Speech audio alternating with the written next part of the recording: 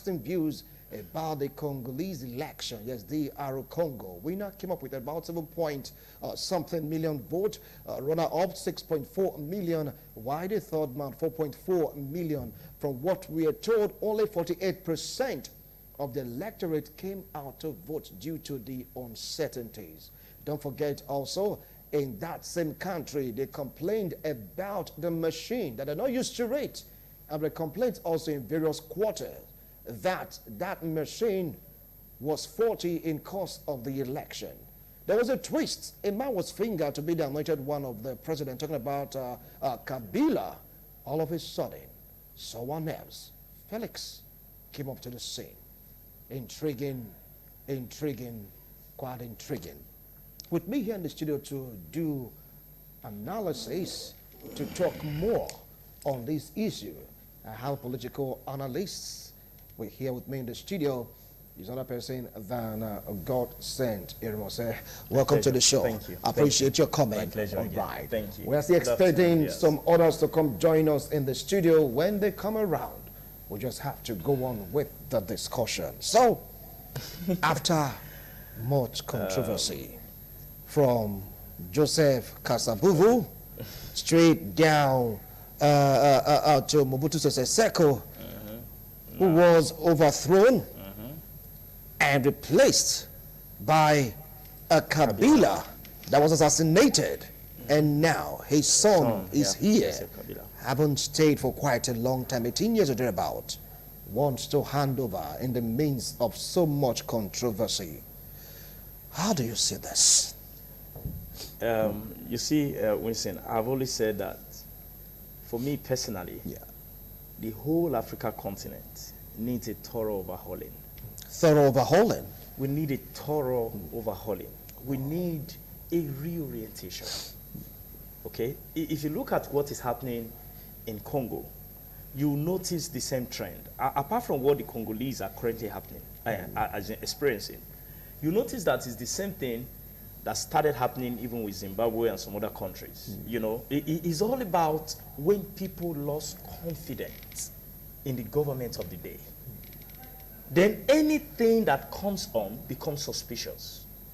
Okay? Now, you notice that Joseph Kabila was forced into conducting this election, or he had a lot of international and local pressure on him before he assented to conduct an election in the first place. This election has been hanging for about 2 years, since 2016. And finally, from the report we gathered, when it was discovered that his own party candidate was not really popular, giving the election to his own party candidate will lead to something that will be in the obvious. And there's a lot of speculations thinking that Felix, is it Kikashudi or something, had to strike a deal with Kabila, which is not far-fetched.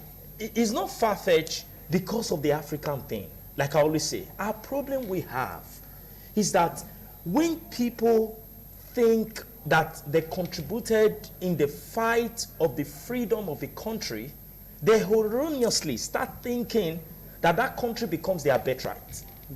And that's the same thing that is going on even in this nation, sad to say. You know, I particularly believe that part of the problem we have in Nigeria and in Africa is the class of 60s. People that believe that because they contributed to some extent to our national peace and security, it means that power belongs to them forever. You'll notice that Joseph Kabila, over the years, he has even been having issues on military coup d'etat. For some time, there was a threat that the military wanted to come in, wanted to seize power. There was this tussle between his government and the military. You know, it came to a point where it seems like Joseph Kabila had no choice but to conduct an election. Then what we have is like a slap on our face. Now, if you go into details and look at the history of Congolese, you notice that this is one country that have moved from one crisis to another. You know, what pricks my heart is the average citizens of Congo. Because at the end of the day, the political elite, the high class, does not feel the heat. Because it doesn't matter how things get on, they can easily take the next flight and they're out of the country. But it is the average citizen of that country that will go in for it. Now, you'll notice that it was just in 2002 that the Congolese ended a civil war that killed about over 5 million Congolese died in the process of it. And between that time, Joseph Kabila took over from 2001. Between that time till now, it has been one crisis or the other. Till today, Congo is rated as one of the high risks in terms of security. Then, in terms of poverty, of course, we're all aware of the Ebola crisis too. You know, it's also there. And if you look at the circumstances surrounding the just concluded election, there is every reason, there is every pointer to think that there might have been a deal between Felix and Joseph Kabila. Because few months to the election, remember Joseph Kabila banned international observers. You know, he went that far to do that. The election was postponed twice. At first, this same election was supposed to take place about last year. You know, it was moved last 2 years, sorry, 2017. It was moved again to 2018. Then again, there is the issue of the burning of the electronic, about 2/3 of the electronic machines were burnt. You know, it was alleged that somehow it caught fire and a lot of them were burnt.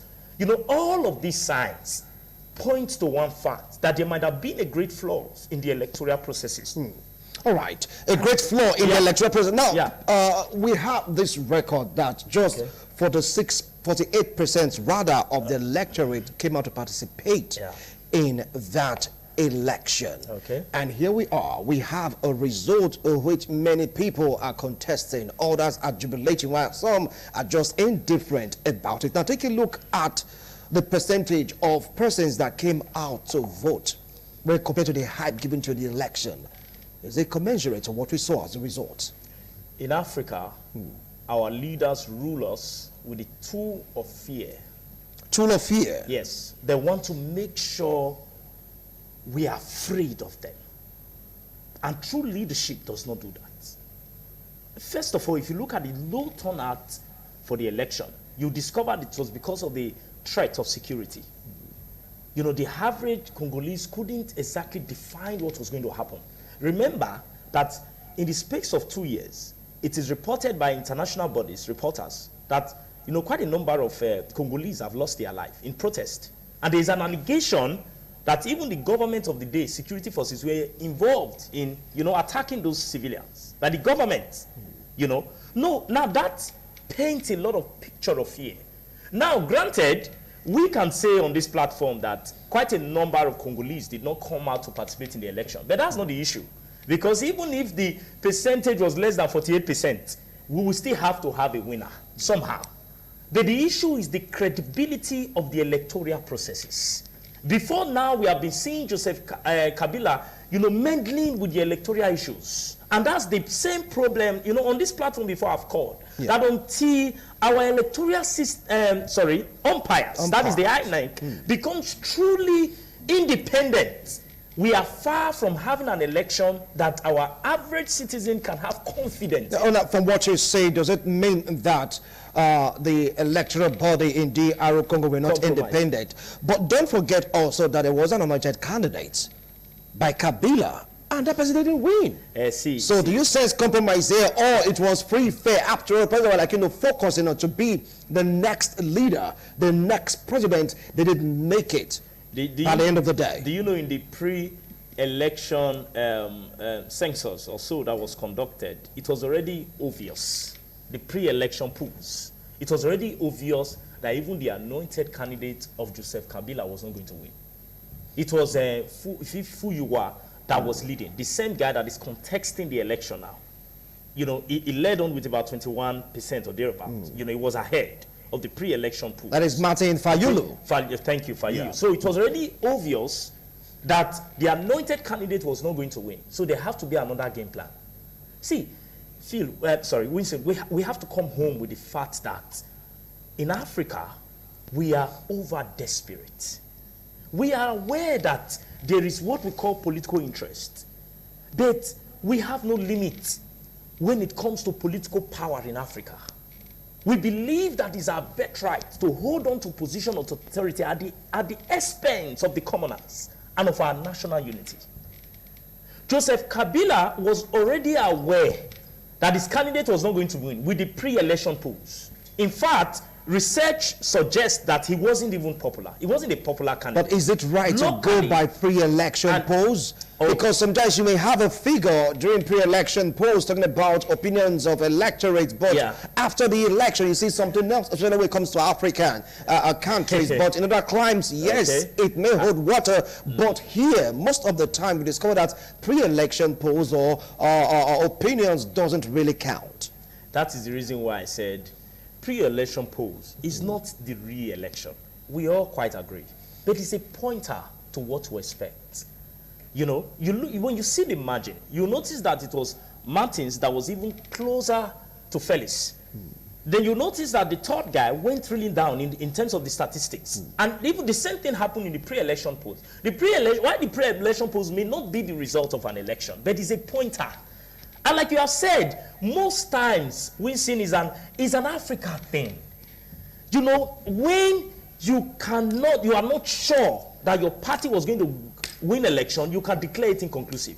It happens in Africa. That's what we see every day. You know, we have no limits to our desperation.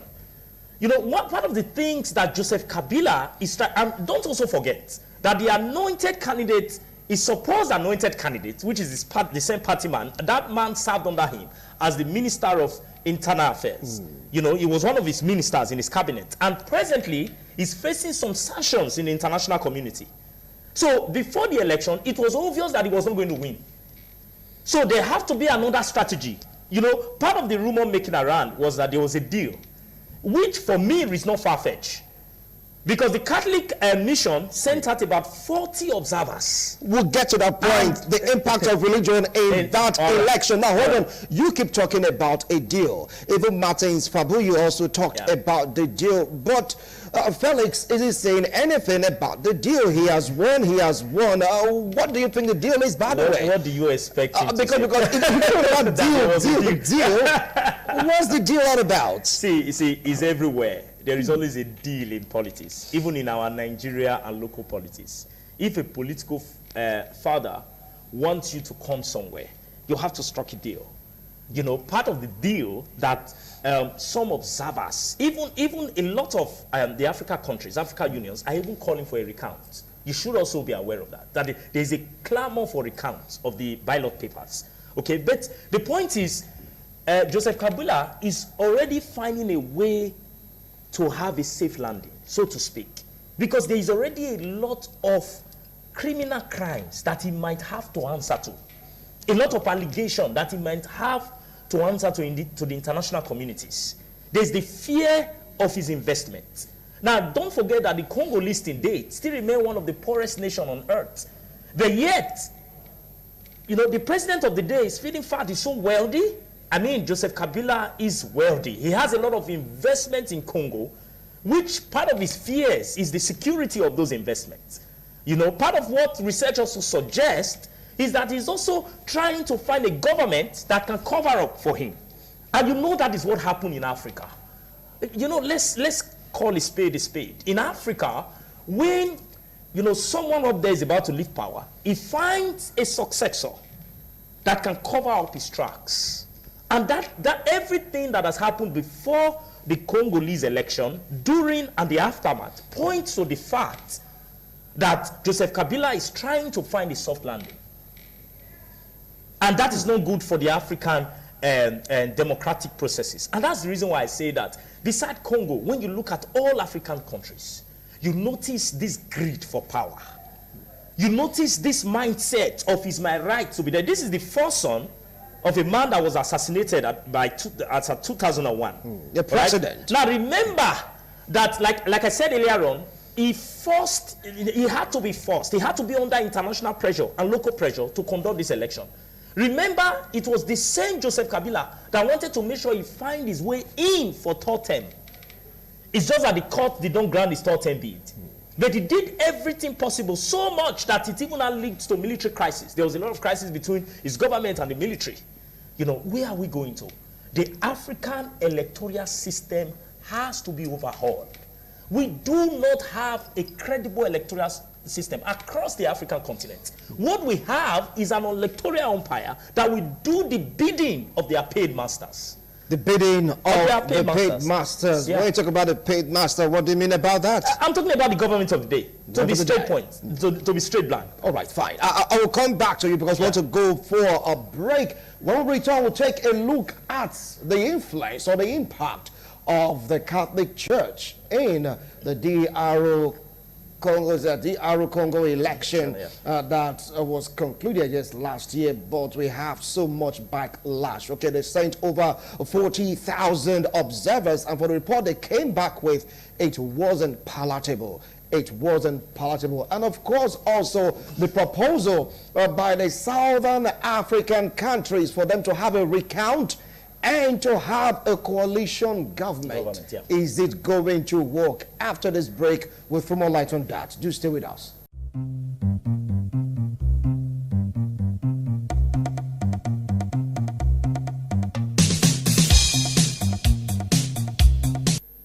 Thank you so much for staying tuned.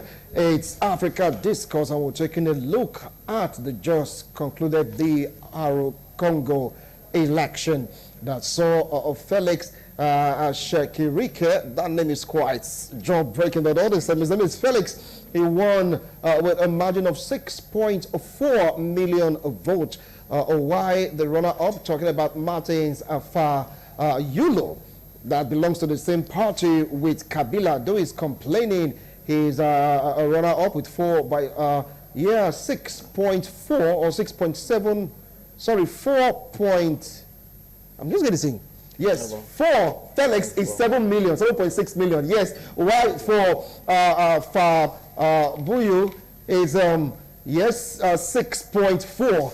While the other candidates, Emmanuel, yes, 4.4 million, and only 48% came out to participate in the election. Right now, let's take a look at the contribution of the Catholic Church, because they are a Congo, the very, very powerful religious nation that is headed by the Catholics. They've been there fighting against oppression, and right now they also brought out their own report. Do you think that the outcome of this report, one or two ways, have anything to do with Fabuyu protests or with the outcome of the results?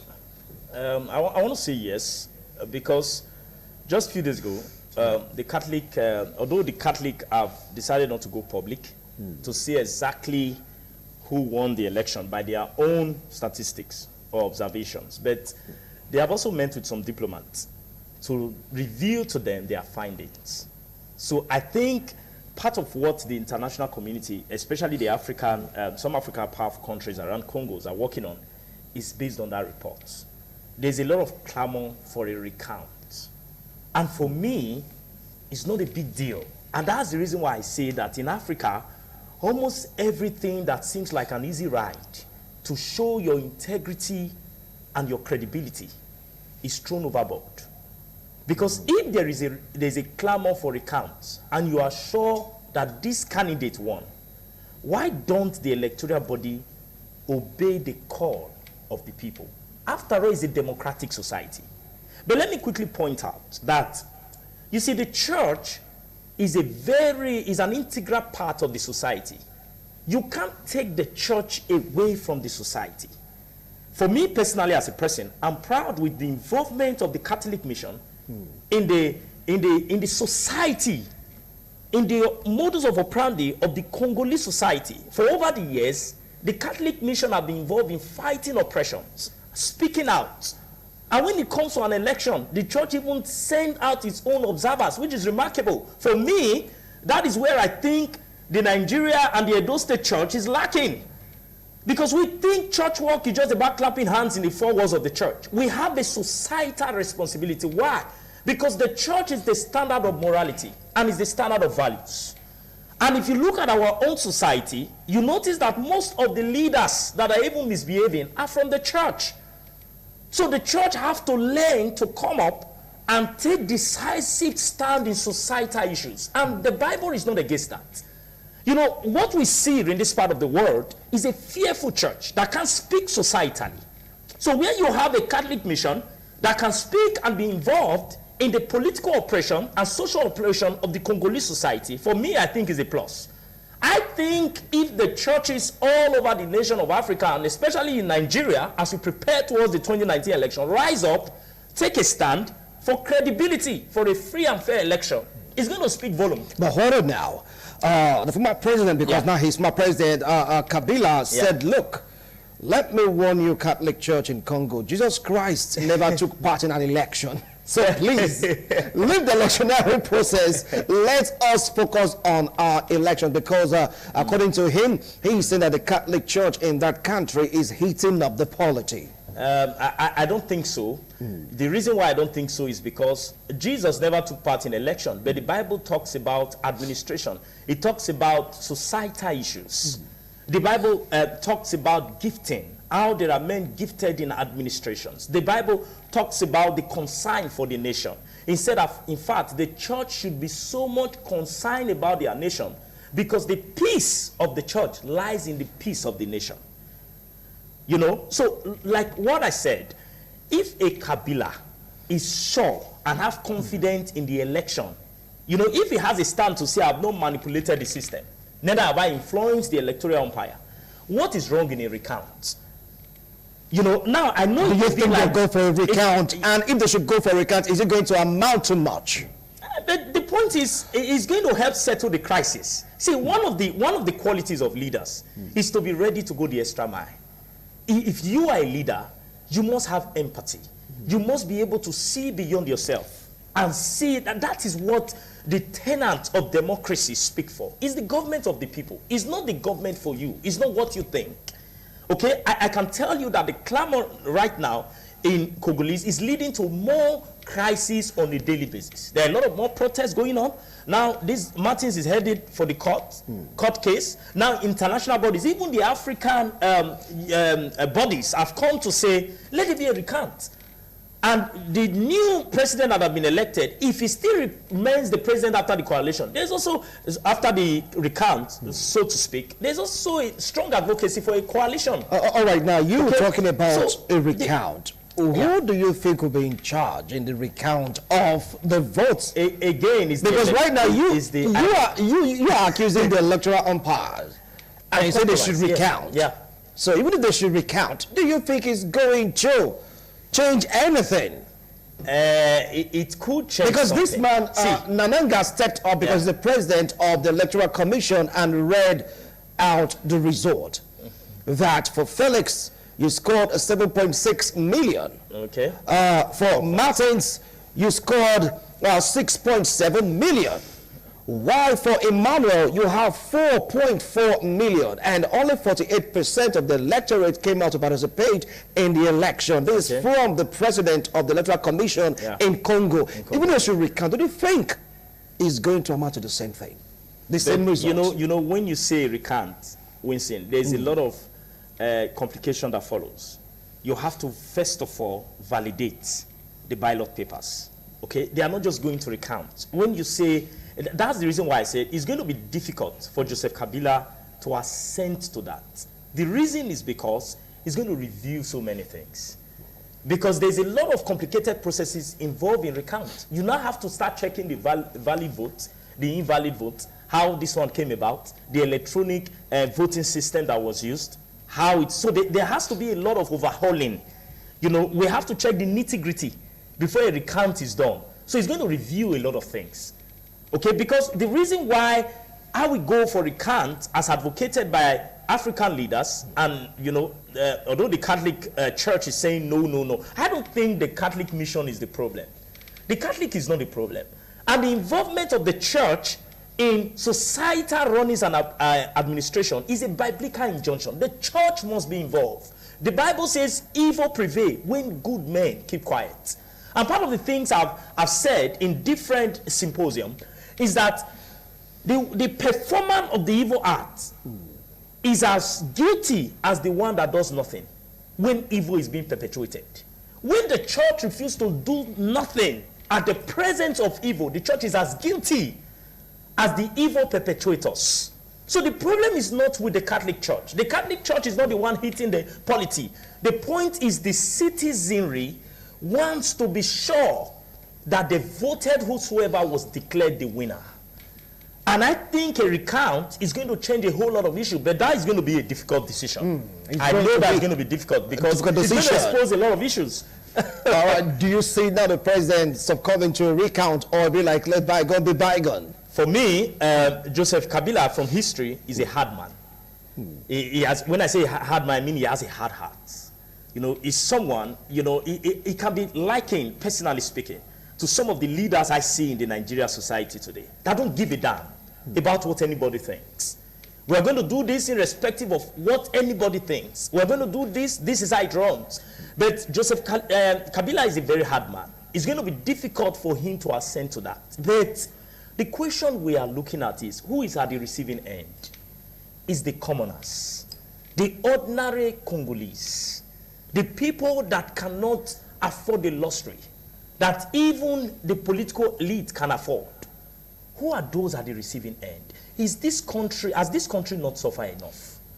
All kinds of crises, corruption, Ebola diseases, the outbreak of Ebola. Even during the election, there were incidents of crisis and Ebola issues, you know, that complicated the system too. You know, at a time, you know, it took time before the coalition could be completed. It's just of recent that the winner was declared. Now, what the international community is also asking is, what happened within those time? Why the unnecessary delay? You know, but being a hard man that he has always been, it's going to be difficult for him to assent to that. Instead of blaming the Catholic mission, he should take responsibility for his flaws and get out of there.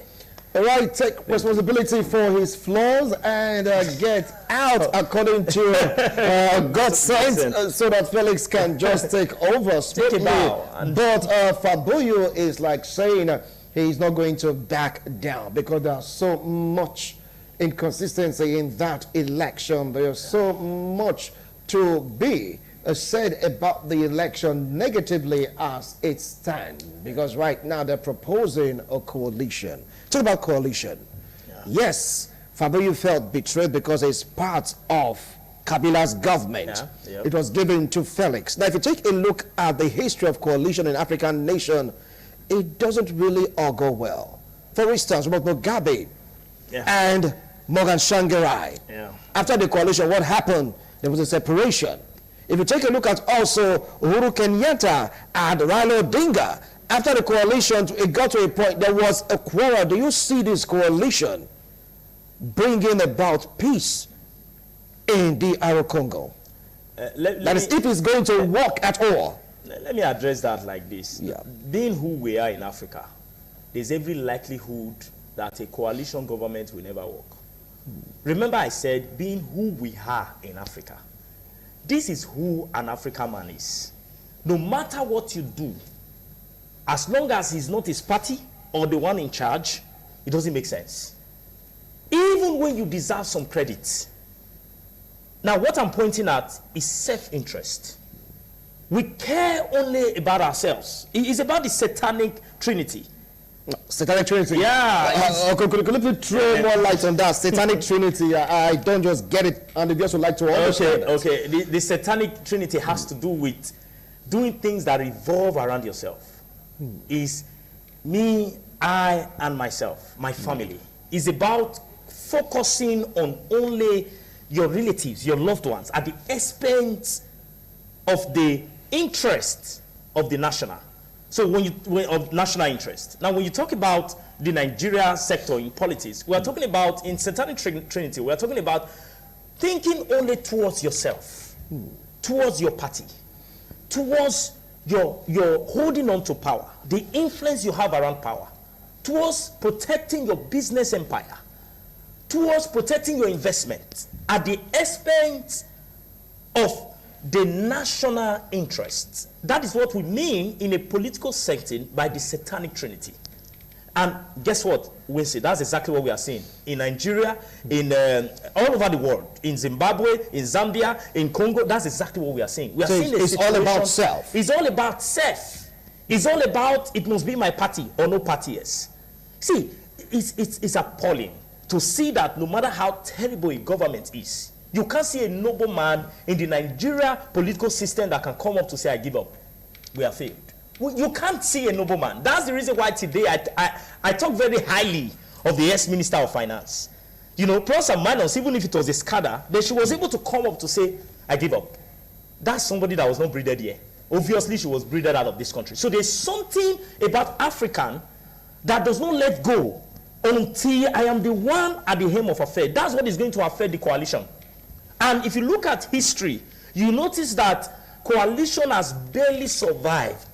Not only in Africa, though, but it has barely survived. And it is hardly a principle that people advocate for. Hold on now, but if you take a look at other countries talking about the EU and, of course, Britain, you have what they call coalition, and it works smoothly. You get to see them lobbying, you get to see them bargaining, you get to see them trying to push a bill into law. They work together as a unit. So how come it doesn't work or is not really happening in Africa? I'm happy you said the EU, the European countries. Even in America also, the West, they have this coalition. Let's come together, let's work. There is a way the white thinks.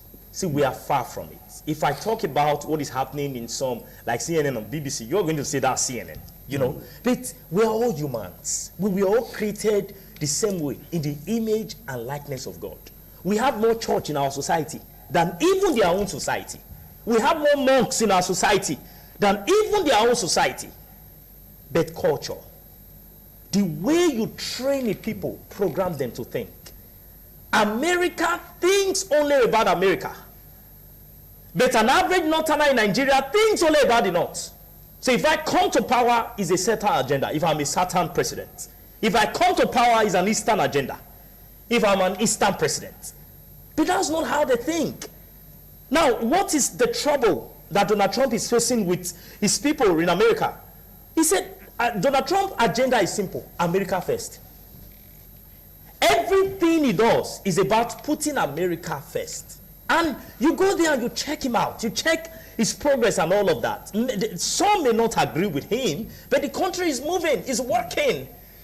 Okay? Now, the point is that there is a way an average African child is wired.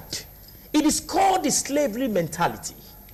It is a mentality that thinks that everything I see in this studio, I should possess by all means. Because if I can take one of these flashlights, it could make me a multi-millionaire. But an average European thinks nationhood. An average American citizen thinks about the nation. He thinks about the American even in diaspora, that is not resident even in America, so to speak. But not in Africa. We are trained to be selfish. We are trained to crush ourselves as long as you are not my tribal man. This is how we grew. That's the reason why the first urgent revolution we need in Africa is a cultural revolution. Our culture trains us not to work in peace with one another. Look at the associations we have in our country, in our state. They always end up in trouble. Look at the political setting. I quite agree that all over the world there are struggles and tussles, all right? We can't deny that. Even in America and in superpower nations, other superpower nations. But the point is, at the end of the day, what goes round comes round. They meet at a table to say it is our nation first. It bleeds my heart when you see the African continent, that all we care about is about my party and my man. Whether he's dead or alive, he has to be there. Whether he's sick or he's alive, whether he's competent or not, he has to be there. As long as he's my man. All right, if you just join us, this is Africa Discourse. We're taking a look at the Congo presidential election and matters arising. Well, we'll take a short break, a very short break, to make one or two adjustments so I can get to hear from yet another analyst. He just came in due to some, traffic hold up, but all the same, he's in the studio. We'll be right back.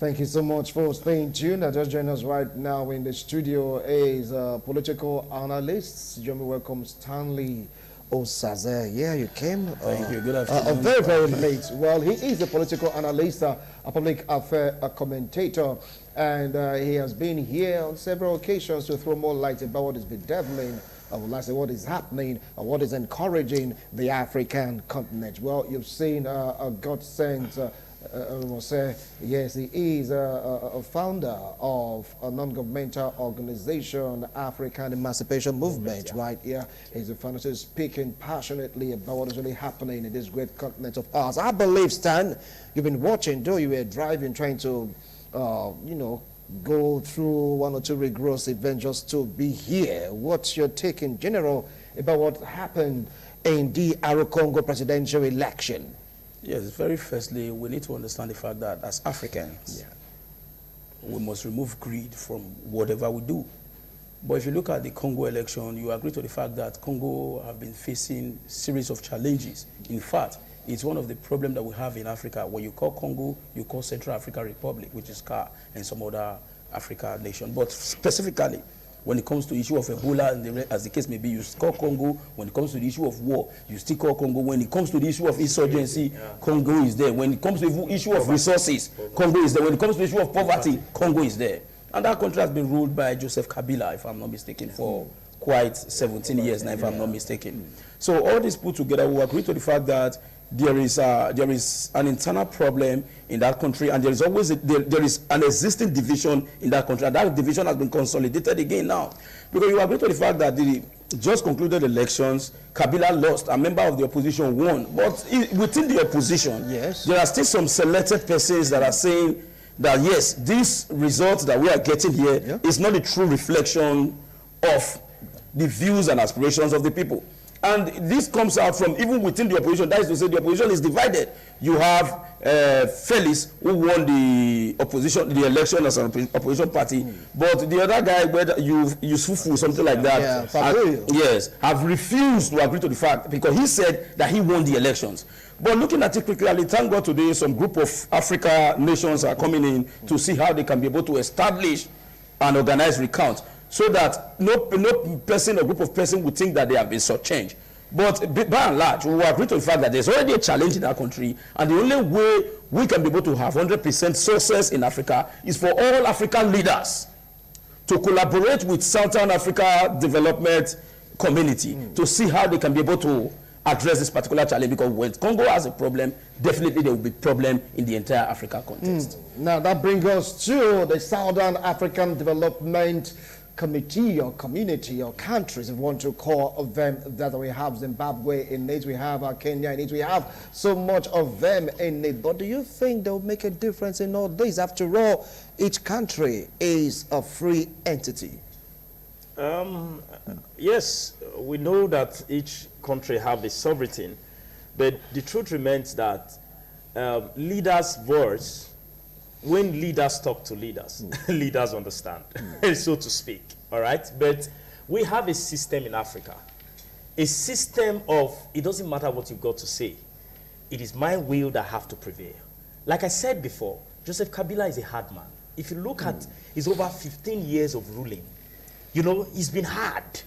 Despite the protest, the crisis that have rocked the Congolese, yet he has remained standing and firm. Look at how the election was delayed to this point. Now, the best that the Southern Africa development countries can do is to lend their advice. Congo is a sovereign nation, like you said, but the truth is, in the democratic setting, the people are the power. You know, the people are the power. And you may suppress the will of the people for today, but you can't stop them tomorrow. Someday they will arise and demand for what is theirs. And I think that is exactly what is happening in Congo. If Joseph Kabila cares for the future of that country, this is a country that just ended a terrible war in 2001-2, thereabouts, you know, where they lost about 5 million of their citizenry. And ever since then, it has been one crisis or the other. An African leader that is sane, that has sanity, is it not enough? I haven't done this job for 15 to 17 years. Why not take a bow? 15 to 17 years, why not take a bow? But of course, of course, if you look at the current situation on ground, you agree to the fact that Joseph Kabila have not released any further statement. Now, what we think now is that opposition won the election, and Kabila is about ruling in prosy. But one fact we should understand here is the opposition who won the election was not even an agreeable candidate with Joseph Kabila. But because of the fact that Kabila is not comfortable with Martins, who claimed he won the election, I think there is now an alliance going between Kabila and the opposition party member that won the election. So what I believe here is this. We know quite well that this country has been ruled with iron grip, systematic ruling by Kabila. But what we should be thinking right now as a people is how we can be able to see how we can be able to assist this country to see how they can address this particular problem. Like the Southern African Development State or country, as the case may be, they've done their best. They said they want a recount. Yeah. And I strongly believe that for democracy to prevail, for the will of the people to prevail, let the world see the recount and see who actually won the elections. Yeah. But again, what I want to address here is, we know there must be respect for sovereignty, but there are levels at which your sovereignty will go beyond what is normal, and maybe you are not using the mechanism of the state to intimidate the people. There are times the world have a way of intervening in such issue. We have a classical example is in Syria. Just in the recent past, where the president, where the world said that nobody should use their prohibited weapon that must not be used. Yeah. But at the end of the day, that same weapon were used in Syria, where sarin gas, if I'm not mistaken. Yeah. The opposition blamed the government blamed the opposition. But immediately, President Trump acted.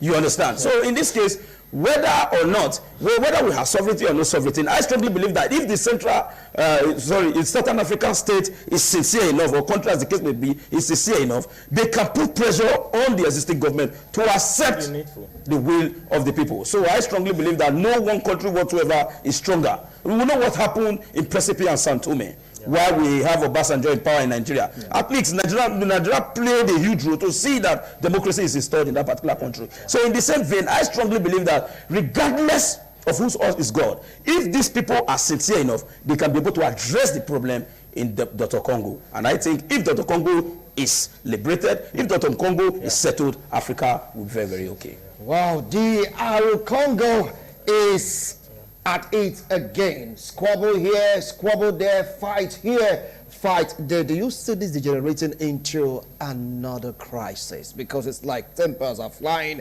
and people are hurting. They are like angry. It's like they want to go to the streets. Do you see it blowing out of proportion or out of control? I don't think so, personally. I don't think so.